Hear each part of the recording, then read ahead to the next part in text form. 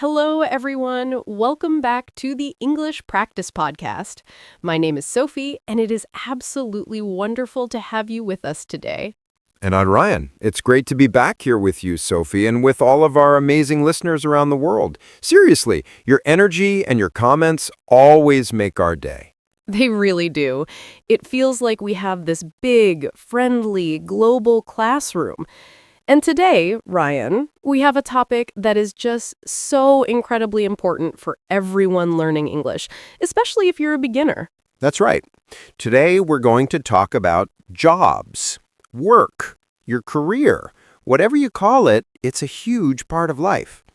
We're going to give you the simple words and phrases you need to talk about what you do for a living. Exactly. We want you to feel completely comfortable and confident when someone asks you about your work. We'll explore how to describe your job, what you do every day, and even how to share your big dreams for the future. It's such a fundamental conversation, isn't it? When you meet someone new, one of the first questions people ask is always, "So, what do you do?" It's a classic icebreaker. Oh, absolutely. And being able to answer that question with a smile and with confidence, wow, it feels amazing. It makes you feel proud and at ease in the conversation. It's a small thing that makes a big, big difference. I completely agree. I remember when I was learning another language, I was so nervous about that question. I knew my job title, but that was it. I couldn't explain what I did or if I liked it. It felt incomplete. So our goal today is to make sure you, our listeners, have all the tools you need to... A perfect goal. Now, before we jump in, we have a small favor to ask. If you are enjoying our podcast and finding it helpful, please take just a moment to support us. You could share this episode with a friend who is also learning English. Yes, and if you haven't already, please hit that subscribe button and maybe give us a big thumbs up or a 5-star rating, depending on where you're listening. It honestly helps our podcast reach more people just like you. Think of it as your way of cheering us on. When you subscribe or leave a positive comment, it gives us so much energy and motivation to keep creating these lessons for you. Your support truly means the world to us. It really does. So thank you in advance. Now then, Sophie, are you ready to get to work? I am so ready, Ryan. Let's do it. So, let's start with that classic question, what do you do? Let's imagine a new friend asks you this, Ryan. What's the simplest way to answer? The easiest and most direct way is to just state your job title. You can say, I'm a teacher, or I'm an engineer, or I'm a doctor. It's simple, clear, and perfectly correct. Exactly. You use the phrase I'm a or I'm an, followed by your job. I'm a graphic designer. I'm a nurse. I'm an artist. It's the perfect, simple start. Another very common way to say it is using the phrase, I work as. For example, I work as a software developer. It means the exact same thing as I'm a software developer. It just gives you a nice alternative. I like that one. It sounds very professional. I work as a project manager. So, Ryan, let's practice. What do you do? Well, for this podcast, I'm a host, and I'm also an English teacher. I absolutely love helping people find that aha moment when they understand something new. It's very rewarding. What about you, Sophie? I'm a host for the English Practice Podcast, of course, and I also work as a content creator. Content creator. That sounds so cool. I bet that involves a lot of creative thinking. It does. It means I help plan and write what we're going to talk about in each episode. It's a really fun job. But, sometimes people want to know a bit more than just the title. They might be curious about the company you work for. That's a great point. You can easily add more information by saying, I work for a large tech company, or I work for a small design studio.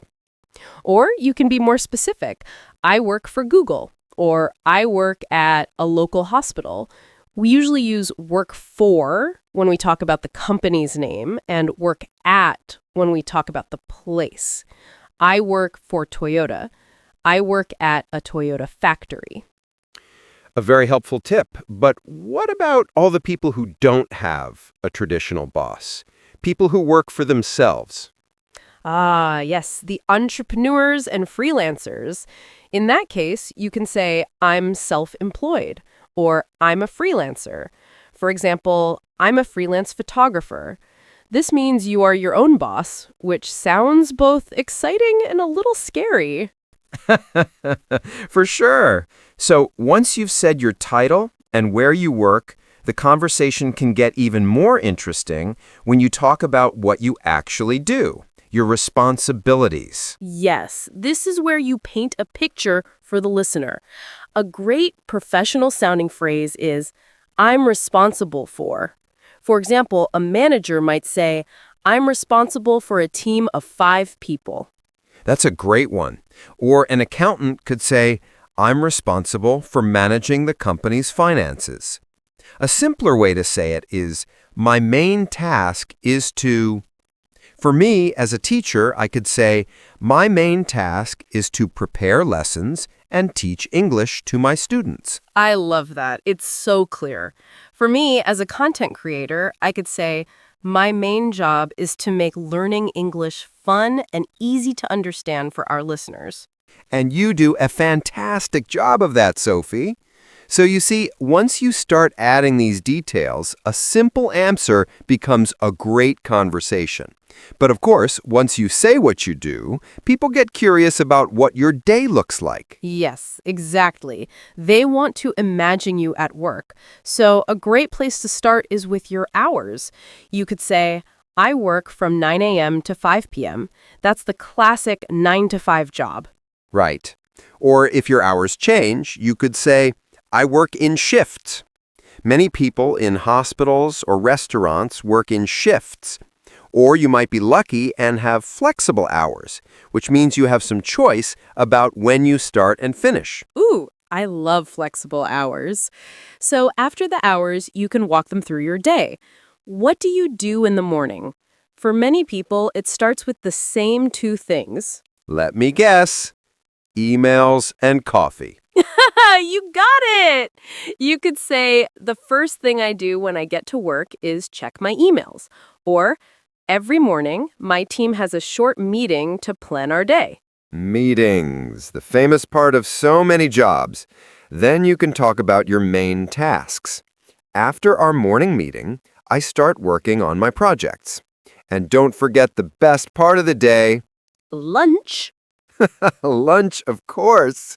You can make your story more personal by adding this detail. I usually take a lunch break at 1 p.m. and eat with my colleagues. That word colleagues is a great one. It just means the people you work with. You can also say coworkers. Colleagues or coworkers, both are perfect. So a full description of a day might sound something like this. Well, I usually start my day around 8:30 a.m. First, I grab a coffee and check my emails. At 9, my team has a quick meeting to plan our day. After that, I spend most of my morning working on my main tasks. I have lunch around 12:30 with my coworkers.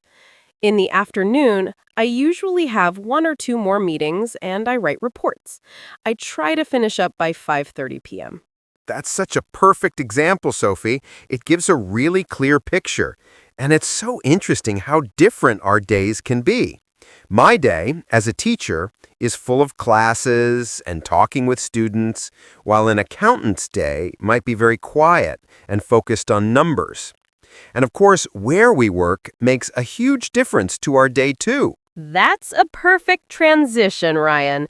The work environment, the place, and its atmosphere is a huge part of any job. The most common place is an office, so you can say, I work in an office downtown.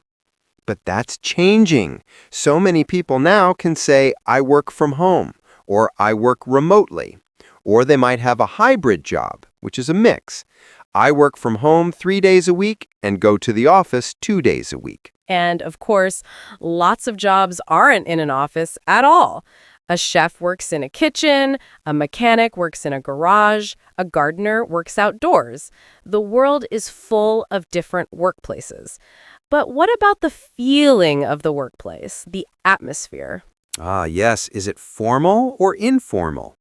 A formal workplace is usually very professional. You might wear a suit, and there are lots of rules. Think of a law firm. I'm so glad we don't have to wear a suit for this. I think I do my best work in a comfy sweater. That means our workplace is informal. It's more relaxed and friendly. You can probably wear casual clothes. Definitely. And a huge part of that atmosphere comes from the people, your coworkers. Are they friendly? Do you work in a team? That can make or break a job, can't it? You could say, my coworkers are really friendly and we all help each other out. Or, I work in a small team and we're very close. We're like a little family. That sounds so lovely. It really does. It sounds like having great colleagues is a huge part of enjoying your work. Which brings up a really important question. Do you actually like your job? This is where the conversation gets personal and real. You can share your feelings. If you like your job, you can say, I love my job, or I really enjoy my work. And it's always better to say why. I love my job because I get to be creative every day. Exactly. I could say, I really enjoy being a teacher because it's so rewarding. A rewarding job makes you feel good and proud, like you're doing something important. But what if a job is difficult? You could say, my job is very challenging, but I love it. Challenging means it's difficult in a good way. It makes you think and grow. But let's be honest, Ryan, no job is perfect. There are always parts we don't like so much. That is so true. And it's okay to talk about that. You can be honest, but polite. Overall, I like my job, but I don't really enjoy doing paperwork. Or, the part I enjoy least is attending long meetings. We've all been in those meetings. A great way to talk about the good and the bad is with this phrase. It can be stressful sometimes, but, for example, my job can be stressful sometimes, but I love the people I work with. It gives a very honest and balanced view. That's perfect. But sometimes people are truly unhappy and want to change. It's a very common feeling. A professional way to say this is, I'm looking for a new opportunity, or I'm looking for a new challenge. Thinking about what makes us happy in a job often makes me think about the journey. You know, the other jobs we've had that brought us here, our past experiences. Yes, our career path. It's really useful to know how to talk about this, especially in a job interview.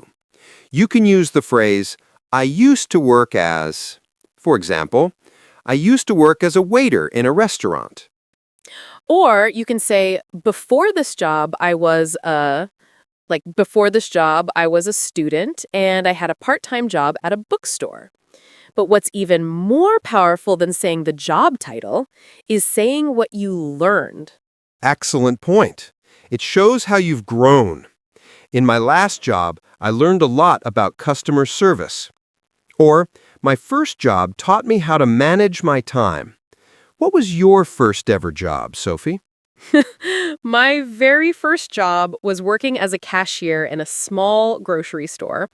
I learned how to talk to hundreds of different people every day and how to stay calm when it was very, very busy. It was a great experience. What about you? My first job was delivering newspapers in my neighborhood. It taught me how to wake up early, even when I really didn't want to. But it also taught me responsibility. Every job, no matter how small, teaches us something. It's fun looking back, isn't it? But you know what's even more exciting? Looking forward, thinking about our future goals and dreams. This is my favorite part. It shows you are ambitious and you have a plan. To talk about your future, you can say, in the future, I'd like to... For example, in the future, I'd like to become a manager.